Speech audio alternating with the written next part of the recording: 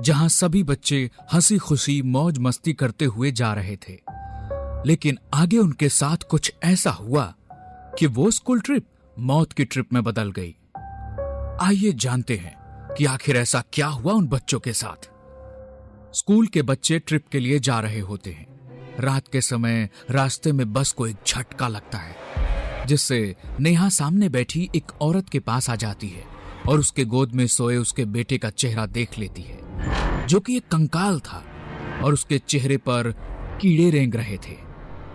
दिल्ली के स्कूल से नैनीताल के लिए एक स्कूल ट्रिप पर जा रहा होता है, जिसमें सभी बच्चे हंसते नाचते जा रहे थे। धीरे धीरे रात बढ़ने लगती है और बस अब नैनीताल के पहाड़ों पे चलने लगती है और बच्चे नाच रहे थे कि तभी अचानक ही ड्राइवर ब्रेक लगा देता है। क्या हुआ ड्राइवर, ऐसे बीच रास्ते में बस क्यों रोक दी? मैडम जी, वो देखो एक औरत जो बस के सामने आ गई है। मदद जी, मेरी मदद करो।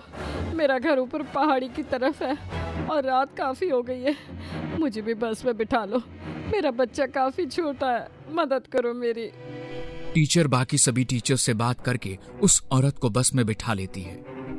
उसी बस में नेहा अपनी दोस्त पूजा और उसके भाई रोहन के साथ इस ट्रिप पे आई थी। नेहा थोड़ी देर पहले तक नाच और खेल रही थी, लेकिन उस औरत के आते ही उसको कुछ अजीब सा लगने लगता है। लेकिन उस पर ध्यान न देकर नेहा वापस से खेलने कूदने लगती है। तभी बस को एक झटका लगता है, जिससे औरत ने अपने बच्चे को जिस कपड़े से ढका हुआ होता है वो खुल जाता है और नेहा वहीं पास में खड़ी थी, तो वो बच्चे को देखने की इच्छा से औरत के पास जाती है और बच्चे के चेहरे को देखते ही जोरों से चीखने लगती है। क्या हुआ नेहा? मैम, वो बच्चा कंकाल। क्या कहना चाहती हो? मैम, वो बच्चा नहीं है, वो कंकाल है।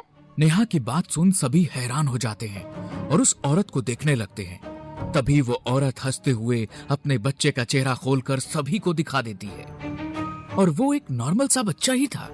नेहा, वो देखो बच्चा ही तो है।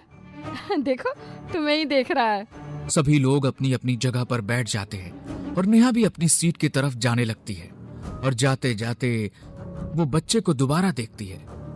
इस बार बच्चा बिल्कुल नॉर्मल दिख रहा था।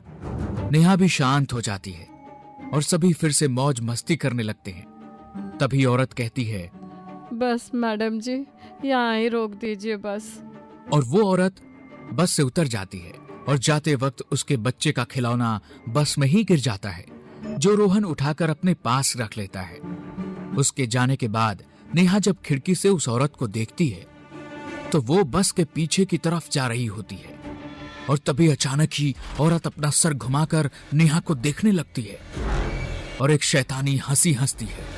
तभी नेहा अपनी टीचर को देखने को कहती है। तभी वो औरत अपना सिर वापस से घुमाकर नीचे की तरफ को ही जाने लगती है। मैम, मैं सच कह रही हूँ, वो बिना घुमे ही पूरा सर घुमाकर मुझे देख रही थी। नेहा, मुझे लगता है तुम कुछ ज्यादा ही थक गई हो। और इतनी ही देर में बहुत तेज आवाज होती है और बस एक बार फिर रुक जाती है। क्या हुआ? ये कैसी आवाज थी? मैम, वो बस का एक टायर पंचर हो गया है, अब तो ये कल ही ठीक होगा।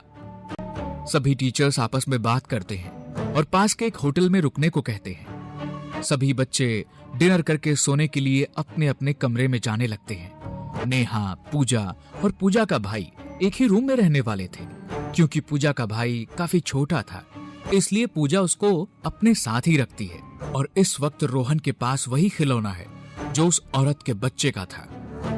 रोहन उस खिलौने के साथ तब से खेल रहा था और तीनों अपने कमरे में आ जाते हैं। कमरा बहुत सुंदर था और उनके कमरे की खिड़कियों से हल्की हल्की ठंडी हवा आ रही थी। नेहा खिड़की से बाहर देखने लगती है। चल नेहा, सोते हैं, मुझे बहुत जोरों की नींद आ रही है। ऐसा कहकर दोनों सोने के लिए लेट जाती हैं, लेकिन रोहन अभी भी उसी खिलौने से खेल रहा होता है और अकेले ही उस खिलौने से बात कर रहा होता है। रोहन, चल सो जा, इस खिलौने को रख दे, कल खेल लेना। रोहन ने जैसे कुछ सुना ही ना हो। इस बात से पूजा चिढ़ जाती है और रोहन के पास जाकर उसका खिलौना उसी खिड़की के बाहर फेंक देती है। रोहन गुस्से में पूजा को देखने लगता है और एकदम से चीखने लग जाता है, मेरा खिलौना दो, मेरा खिलौना दो, मेरा खिलौना दो। क्या हुआ इसको? ऐसे क्यों बोल रहा है ये तो मुझे भी नहीं मालूम। जब से यहाँ आया है तब से उसी खिलौने के पीछे पड़ा हुआ है। रोहन चुपचाप एक कोने में बैठा बैठा रोने लगता है। वो मेरा खिलौना था, वो मेरा था, वापस दो मुझे अब। रोहन चुपचाप आकर सो जा, बहुत हो गया तेरा ड्रामा। इतने में ही उनके रूम की लाइट बंद हो जाती है। चारों तरफ एकदम अंधेरा हो जाता है और तभी नेहा कहती है, पूजा लगता है लाइट चली गई है। हाँ रुक, मैं टॉर्च ऑन करती हूँ। जैसे ही पूजा टॉर्च ऑन करके नेहा को देखती है तो वो बेड पे लेटी हुई थी। तभी वो रोहन को देखने जाती है, लेकिन रोहन वहां नहीं था। नेहा, रोहन यहाँ नहीं है। तो वो कहाँ गया? अभी तो यही था। तभी दोनों भागते हुए खिड़की के पास जाते हैं और उन्हें रोहन खिड़की से कूदकर जाते हुए दिखाई देता है। दोनों बिना कुछ सोचे रोहन के पीछे चल देती हैं। रोहन, कहाँ हो तुम? इधर आओ वरना टीचर से बहुत डांट पड़ेगी। कमरे में वापस चलो, अब मैं तुम्हें नहीं डांटूंगी। रोहन ने पहले तो ऐसा कभी नहीं किया, अचानक ऐसा क्या हो गया उसको? तभी दोनों देखते हैं रोहन आसपास कहीं नहीं है और दोनों जंगल के बीचों बीच थी, लेकिन रोहन दूर दूर तक कहीं नहीं दिखाई दे रहा था। तभी दोनों को रोहन की आवाज आती है और उसी डायरेक्शन में जाने लगती है। दोनों देखती हैं कि एक गड्ढे में से आवाज आ रही है। दोनों उस गड्ढे के पास जाती हैं और देखती हैं कि उसमें तो वही खिलौना पड़ा हुआ है जिससे रोहन खेल रहा था और उसी खिलौने से आवाज आने लगती है। दीदी बचाओ मुझे, यहाँ से निकालो मुझे यहाँ अकेले डर लग रहा है। ये तो वही खिलौना है ना, उस औरत के बच्चे के पास था। हाँ, जाते वक्त ये खिलौना रोहन ने उठा लिया था, लेकिन इस खिलौने से रोहन की आवाज कैसे आ रही है और रोहन है कहाँ?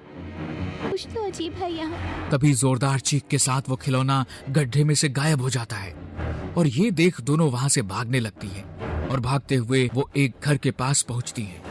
पूजा, इस घर में चलो, हमें इनसे मदद